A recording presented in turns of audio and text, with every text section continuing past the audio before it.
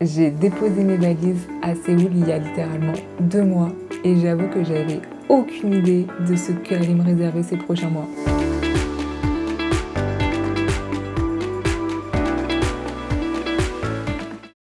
Du coup, aujourd'hui, j'avais un peu envie de faire un point avec toi et répondre à ces questions. Est-ce que je me sens vraiment bien ici? Est-ce que la Corée correspond à ce que je m'imaginais? Combien j'ai dépensé? Parce que c'est quand même important de faire un petit point financier aussi. Et surtout, est-ce que je regrette d'être venue à Séoul? Petit contexte, si tu le sais pas, je pense que c'est quand même important de poser les bases. Je suis arrivée à Séoul donc le 16 juin en PVT, permis vacances travail. C'est un visa qui te permet de rester 1 an en Corée du Sud et de travailler et de voyager. J'ai déjà réalisé 2 PVT avant celui de la Corée, donc j'ai été au Canada et j'ai fait aussi celui de Nouvelle-Zélande, donc je commence à être un peu familière avec ce visa. Si jamais tu as des questions sur comment l'obtenir, quelles sont les conditions, etc., n'hésite pas à checker mon blog en description et au pire à me laisser un commentaire et je répondrai à toutes tes questions. Pourquoi finalement avoir choisi maintenant de me tourner vers la Corée? Tout simplement parce que j'ai toujours voulu vivre en Asie. Quand j'ai quitté la Nouvelle-Zélande pour rentrer en France, j'ai fait une escale à Shanghai où j'y ai passé 6 jours et j'ai adoré en fait. Le contraste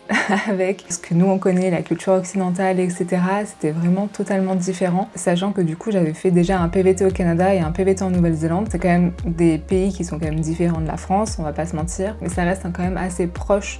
Culturellement parlant, c'est quand même la culture occidentale, t'as pas de choc culturel à proprement parler, parle anglais, c'est le même alphabet. Le fait de quand même quitter la France pour le Canada et la Nouvelle-Zélande, c'est quand même des grosses étapes, mais là finalement j'avais encore envie d'être un peu plus bousculée dans mes retranchements et d'être un peu plus challengée. Pourquoi la Corée particulièrement? Tu te renseignes un petit peu sur les différents PVT. En Asie, t'en as plusieurs. Je les ai pas tous en tête, mais le premier c'est le Japon. T'as la Corée, t'as Taïwan, t'as Hong Kong et t'en as peut-être un autre que j'ai oublié. Taïwan et Hong Kong, ça m'emballait pas forcément. Le Japon m'intéressait pas mal, j'avoue. Le seul inconvénient, c'est que du coup, si tu commences à faire tes démarches pour un PVT pour le Japon, en fait, il faut que tu prennes un rendez-vous et ces rendez-vous sont vite bookés. Et moi, en fait, quand j'ai commencé à m'y intéresser en janvier 2026, les premiers rendez-vous étaient disponibles seulement en juillet 2026. Et une des conditions pour avoir son PVT, c'est notamment l'âge. Pour ce PVT-là en particulier, tu as jusqu'à la veille de tes 31 ans pour faire ton dossier. Et moi, du coup, j'ai eu 31 ans en avril 2026, donc c'était trop tard pour le Japon.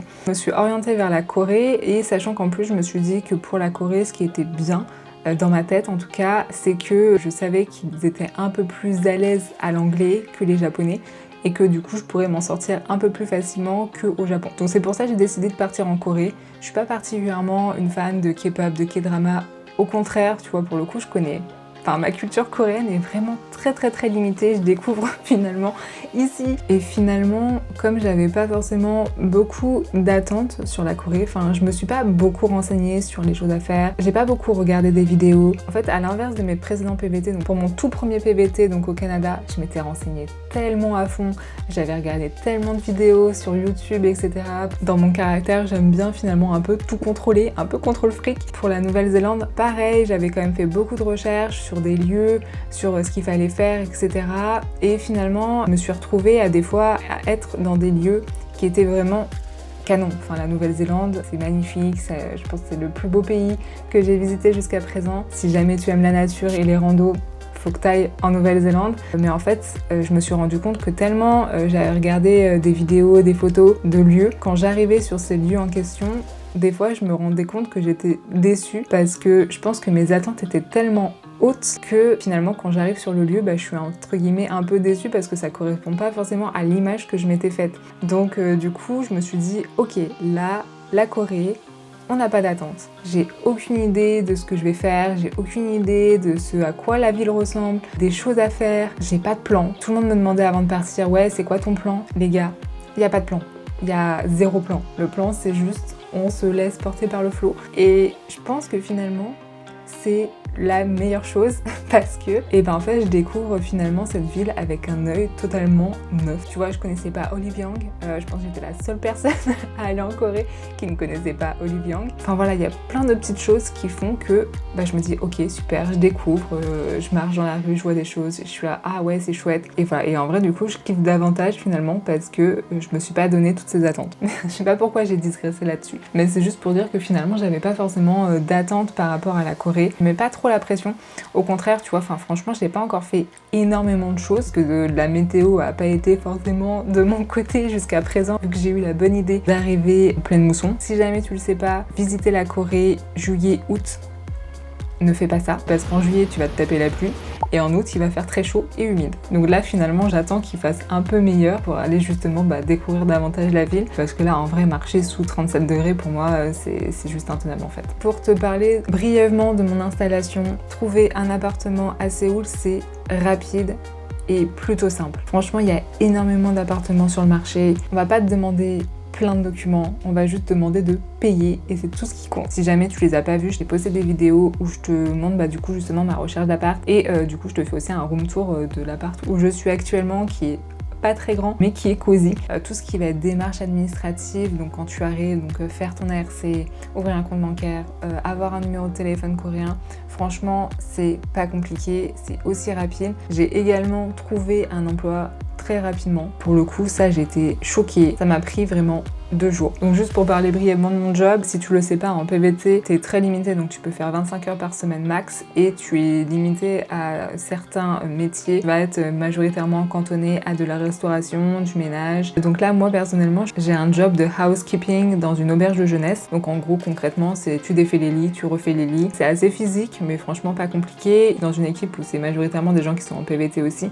Donc très international, donc franchement c'est chouette. Bref, pour répondre à la question, est-ce que je me sens bien à Séoul? Globalement, franchement, je me sens vraiment bien à Séoul. J'avoue que ma première semaine où je suis arrivée, où j'étais en recherche d'appart, j'ai eu un petit down où je me suis dit, meuf, qu'est-ce que tu fous? Pourquoi t'es venue à Séoul solo? Bref, du coup, je remettais un peu mes choix de vie en question. En plus, tu viens d'arriver, du coup, tu connais personne. Heureusement, je pense que ça, c'est un des conseils que je pourrais te partager si jamais toi, tu viens solo aussi. Si tu peux prendre un Airbnb ou un logement, je sais pas, dans une guest house, dans une auberge. Moi, j'étais dans un Airbnb, c'était dans une coloc avec des Coréennes. Et franchement, je pense que c'est la meilleure chose parce que, tu vois, j'ai eu des petites galères où j'avais des questions sur je sais pas, juste prendre les transports, des choses comme ça. Et t'as quelqu'un qui est d'ici et qui t'aide avec plaisir pour te trouver des solutions. Donc franchement, ça, je te recommanderais. Après ce moment où je me suis dit, bon, ok, qu'est-ce que tu fais là, meuf? J'ai commencé à emménager dans mon appart. Là, ça allait mieux. Déjà, j'avais mon espace à moi, donc c'est vraiment aussi important de se sentir bien chez soi. Et j'ai commencé à rencontrer des gens. Je t'invite vraiment à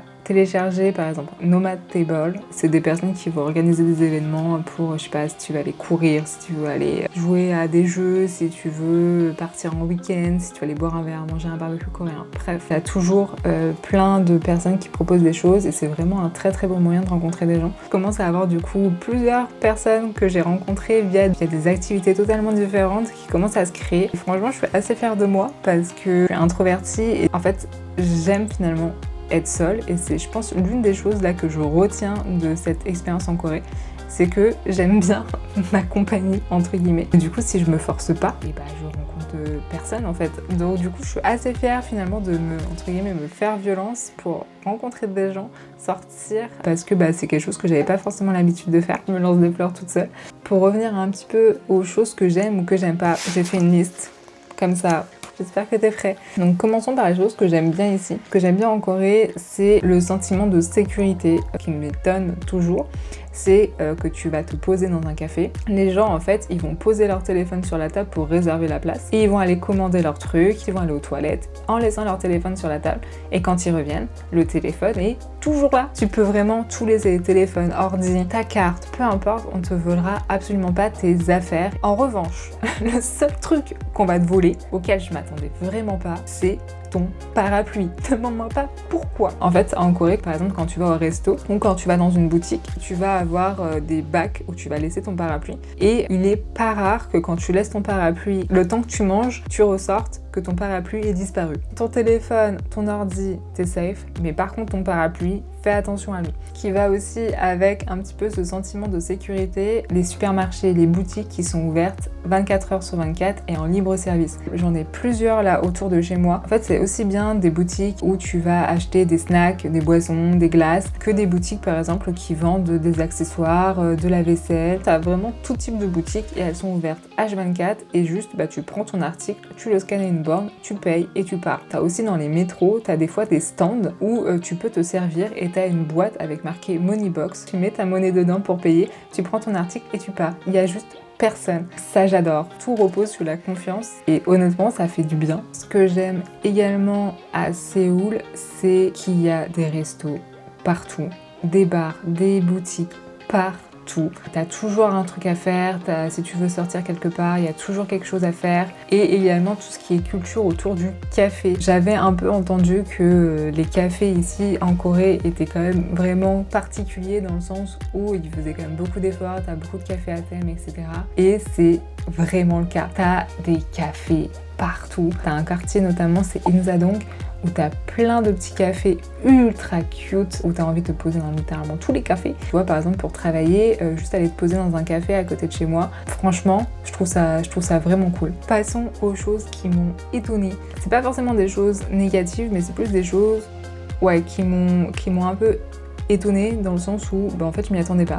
Première chose, et ça, je m'y attendais vraiment pas, les gens ne savent pas marcher. En fait, je comprends pas. Et ça fait 2 mois que je suis arrivée et je comprends toujours pas. Dans le métro, tu vois, et tu sens que là, ça me prend un peu aux tripes. Parce que je suis en mode, je comprends pas. Aparté à part, mais tout est assez bien structuré. Donc tu vois, par exemple, pour le bus, tu fais la queue pour le bus. Avant de rentrer dans le métro, tu fais la queue pour rentrer dans le métro. Dans le métro, du coup, c'est marqué, faut que tu marches à droite. Quand tu prends les escaliers, t'as des petites flèches qui marchent à droite. Par contre, dans la rue, je sais pas ce qui se passe. Les gens, ils sont à gauche, ils sont au milieu. Tu veux les doubler du coup par la droite, ils se rabattent ils se mettent sur la droite et du coup, t'as fait Ou alors juste, par exemple, t'es en train de marcher derrière une personne et d'un coup, elle s'arrête. Du coup, tu la tapes. Les trottoirs sont quand même assez grands ici. Les gens, ils sont 3 personnes, ils prennent vraiment tout l'espace alors que littéralement, tu peux passer à 7. Je comprends pas. Et du coup, je me suis pris des gens, mais vraiment littéralement, je suis rentrée dans des gens. Là, je me rappelle, j'étais dans le métro. En plus, franchement, il y avait énormément d'espace. Je ne sais pas comment j'ai fait pour rentrer dans cette personne. Après, t'as mon point de vue, t'as pas son point de vue à elle.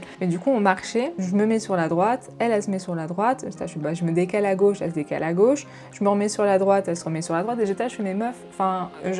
Juste va dans le sens inverse où je vais en fait. Et en fait, elle allait, par exemple, tu vois, quand elle se déplaçait à droite, elle regardait à gauche.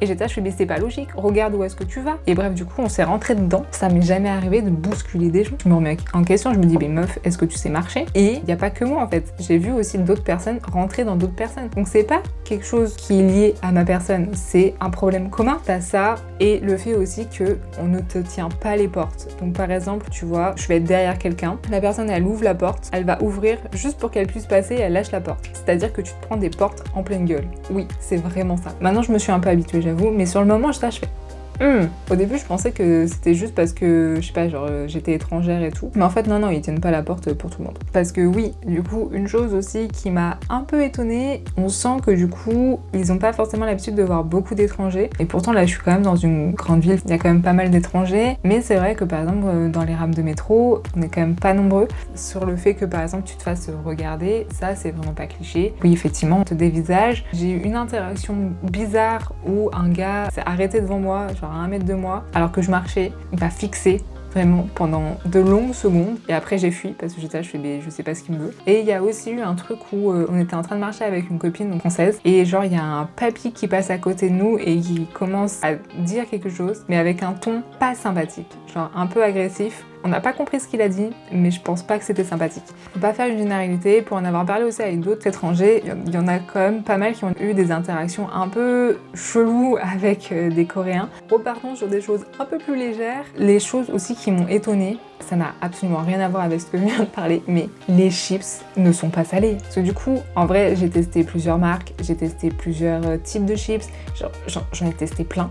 Enfin plein, n'abusons pas non plus, mais j'en ai testé quelques-unes. Elles sont pas bonnes. Et du coup là je suis en train de me dire mes petites chips poulet braisé de Bretz, elles me manquent tellement. Juste des chips salés, classiques, c'est un peu gaufré là.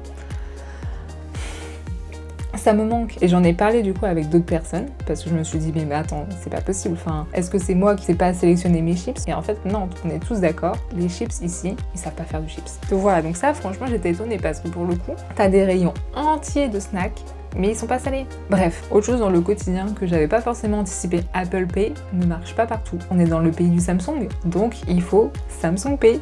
En France, j'étais toujours avec mon téléphone. J'avais jamais ma carte, j'avais jamais de cash avec moi. Ici en Corée, il faut ta carte. Il faut du cash, parce qu'on sait jamais. Dernière chose, avant d'arriver en Corée, je m'étais dit « Oh, trop bien, la mode coréenne, je vais pouvoir m'acheter plein de fringues, plein de tenues. » Non, enfin après ça dépend ta taille. Si tu fais un 40 comme moi, oublie. Par exemple, les hauts, généralement, c'est des free size, donc des tailles uniques. Et en fait, bah, si tu rentres pas dans cette taille unique, et bah, tu rentres pas dans le haut en fait. Il y aura pas d'autre taille. Je m'attendais, tu vois, à ce que ma taille soit différente. Au lieu de faire un L, je fasse un XL, XXL. Peu importe, je m'attendais vraiment pas à ne juste pas trouver de vêtements à ma taille. Après, si jamais tu veux vraiment t'acheter des fringues en Corée, t'as quand même des chaînes type H&M, t'as Zara, t'as Uniqlo. Tu pourras quand même trouver des fringues, mais t'es quand même très limité en termes de chaînes, quoi. Moi, j'aime bien un peu les petites boutiques indépendantes, etc. Et du coup, bah, c'est vrai que, bon, bah, je me dis que finalement, je vais peut-être pas faire trop de shopping ici, ce qui est peut-être pas plus mal pour mon porte-monnaie finalement. Globalement, franchement, je m'y sens bien. Par contre, je sais que sur le long terme, je pense que Séoul peut drainer mon énergie parce que ça me fait vraiment penser entre guillemets à Paris dans le sens où c'est une ville immense. Je pense que c'est une des choses qui m'a étonnée. Il me semble que c'est 6 fois Paris. Les distances sont immense et ça je m'y attendais pas. T'en as facilement pour 45 minutes, 1 heure de transport pour te rendre d'un point A à un point B. Je m'étais dit que je resterais pas forcément l'année à Séoul. Tu vois, pour le Canada, j'étais restée donc un peu plus de 2 ans à Toronto. J'avais pas forcément vécu dans d'autres villes et j'ai pas forcément envie de reproduire ça ici. L'un des objectifs du PVT, c'est que logiquement tu t'en profites aussi pour un peu découvrir le pays et j'aimerais prendre le temps finalement de m'installer dans d'autres villes. Par exemple Busan, qui est totalement au sud de la Corée. En fait, je m'étais dit que je voulais esquiver l'hiver coréen parce que je sais qu'il fait très froid, il fait genre moins 20 degrés et que bah voilà, j'ai vécu au Canada, je sais ce que c'est et j'ai pas forcément envie de revivre ça. Mais en fait, j'ai pas non plus envie de passer Noël et le Nouvel An solo. Donc, je me dis que peut-être ça serait mieux que je reste à Séoul, en tout cas jusqu'à la nouvelle année. Et après, peut-être que je bougerai pour janvier-février. J'irai peut-être au Vietnam, en Thaïlande, je ne sais pas exactement. Dans un pays où il fait un peu plus chaud. Et je reviendrai en mars, avril, mai, en Corée.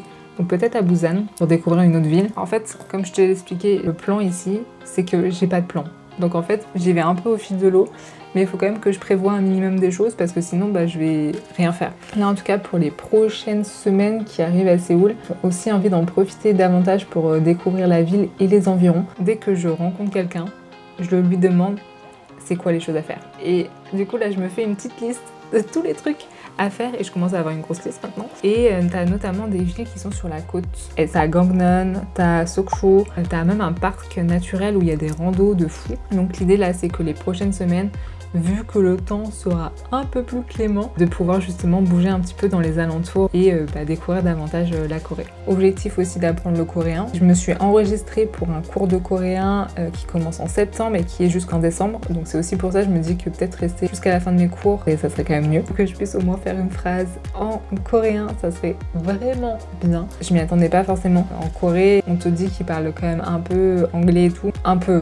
Effectivement, mais c'est pas la norme. Heureusement qu'il y a Papago. Si je n'ai pas cette application, je ne survis pas encore. Pour conclure cette vidéo, je vais te partager combien j'ai dépensé pendant ces 2 mois. Évidemment, un budget très personnel. Moi, je dépense, c'est pas forcément ce que toi tu vas dépenser. Enfin, du coup, comme je t'ai expliqué, j'ai pas beaucoup fait de shopping parce que bah, je ne rentre absolument pas dans les fringues et je suis pas forcément une fan de K-pop, donc j'ai pas forcément acheté de merch, etc.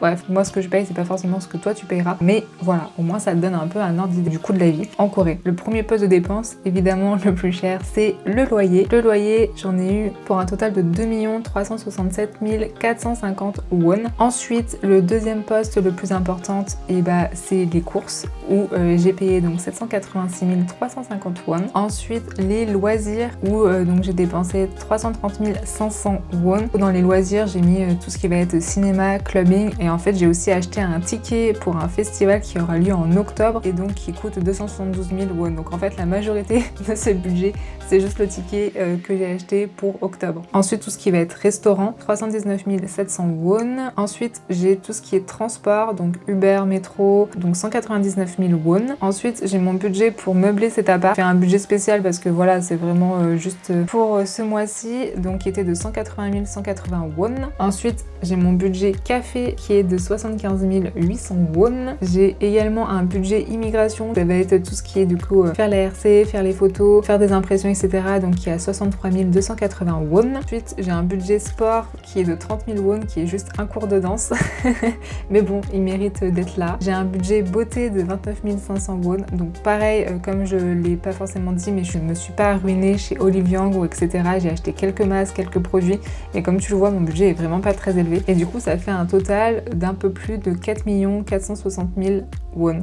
Ce qui fait l'équivalent d'environ 2730 € pour 2 mois. Donc tu vois, mine de rien, c'est comme un budget, donc sachant que avec le PVT, tu peux travailler que 25 heures par semaine. Là, tu vois, par exemple, j'ai reçu ma première paye des 3 jours où j'ai travaillé en juillet. J'ai travaillé pendant 12 heures et j'ai gagné 132 000 won. En gros, je suis payée 11 000 won l'heure. Je te montre aussi ce que je dépense, c'est aussi pour te montrer que il faut partir avec des économies parce que sinon ça risque d'être compliqué pour toi si jamais tu comptes que sur le fait de travailler en Corée. N'hésite pas toi à laisser un commentaire sur ton budget aussi, pourquoi pas. En vrai c'est toujours cool d'avoir une idée de ce que les personnes dépensent. Enfin en vrai on a tous des modes de vie différents.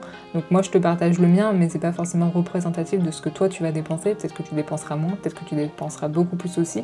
Ça dépend ce que tu fais en Corée. Donc voilà pour ce que j'ai dépensé. N'hésite pas à partager si ça te semble beaucoup, si ça te semble peu. Si jamais toi aussi tu as déjà fait un PVT, à partager aussi à peu près toi ce que tu dépensais. C'est toujours intéressant de pouvoir comparer. Comme je l'ai dit, c'est du coup un budget c'est vraiment personnel, du coup c'est représentatif de mon mode de vie, mais c'est pas forcément représentatif du mode de vie que toi tu auras. Et du coup je voulais un peu conclure cette vidéo finalement avec ce que j'ai appris sur moi dans ces 2 derniers mois, quoi un peu plus personnel. C'est aussi pour ça je pense qu'on part en PVT, c'est aussi pour se challenger, pour se découvrir. Au-delà du fait de découvrir un nouveau pays, c'est aussi de se dire ok je peux le faire. Pour te présenter aussi un peu le contexte, je l'ai pas forcément dit mais du coup pour mes précédents PVT j'étais partie donc en couple, j'étais avec quelqu'un à l'époque et là c'est la première fois où je pars solo et j'avoue que j'étais un peu stressée d'arriver dans ce pays seule, sans connaître personne, sans connaître la langue, etc. C'était un peu ce que j'appréhendais. Et finalement, là, après 2 mois, je suis grave fière de moi. Je me trouve badass. Et c'est important de se le dire. Parce que j'arrive finalement à me débrouiller dans un nouveau pays où je connais pas la langue, je connais personne. J'ai trouvé un appart, j'ai trouvé un job, je me sens bien, je me suis fait des potes. Et franchement, je suis trop fière de moi. Et c'est bête, mais c'est important de se le dire. Parce que si on se le dit pas, il y a personne qui va nous le dire en fait, tout simplement. La seule chose que je retiens, c'est que du coup je suis capable de faire des choses seule et aussi que j'accepte finalement de pas tout contrôler et finalement que je découvre une nouvelle facette de moi entre guillemets où je suis un peu moins contre le frais, qui me laisse un peu plus porter. En fait je trouve ça tellement apaisant. Là tu vois c'est très bête mais je fais des choses auxquelles j'aurais pas forcément pensé quand je cherchais des jobs. Par exemple sur Craigslist j'étais tombée sur une annonce d'un photographe amateur qui cherchait des modèles pour faire des photos. J'y ai répondu en lui disant hello je suis clairement pas modèle pro mais si jamais ça t'intéresse de me shooter vas-y. En plus j'ai passé un super moment avec lui, il était super sympa, on a fait des photos, du coup j'ai des photos trop cool. Là tu vois cet après-midi je vais prêter ma voix pour enregistrer des poèmes. Improbable. J'ai répondu à une annonce sur Facebook et je me suis dit vas-y let's go. Je sais pas, ça me fait un bien assez fou de me dire ok laisse faire la vie finalement, prends pas trop, tu peux pas tout contrôler de toute façon. Et je pense que c'était mon problème avant, c'est que je voulais tout contrôler. Et là, en fait, j'ai bien compris que tu peux pas contrôler tout ce que tu veux, que dans tous les cas, il t'arrivera des choses, peu importe ce que tu as décidé de faire, que possiblement même si tu as organisé des choses, ça va pas forcément se dérouler comme tu l'as prévu. Profite de chaque instant. On part peut-être dans une discussion un peu deep, mais voilà, je trouve que c'est tellement important de profiter de chaque instant. La vie est courte, tu sais pas de quoi est fait demain. Et en vrai, juste profite. Et c'est vraiment dans cette mentalité que j'aborde ce PVT et que je me dis let's go, profitons. Donc écoute, c'est sur ça que je vais te laisser. N'hésite pas du coup à laisser un commentaire aussi pour partager toi aussi ton expérience si jamais tu as vécu en Corée ou si jamais tu es en train de préparer ton PVT. N'hésite surtout pas à laisser un commentaire si tu as des questions. N'hésite surtout pas non plus, j'ai un blog que j'ai mis dans ma description où là je partage davantage des articles détaillés sur justement comment trouver un job, comment trouver un appart, différentes démarches à faire quand on arrive en PVT. N'hésite pas à y jeter un coup d'œil. Et moi je te retrouve dans une prochaine vidéo où je vais continuer à explorer Séoul et ses environs. Donc voilà, on se retrouve dans une prochaine vidéo. Des bisous!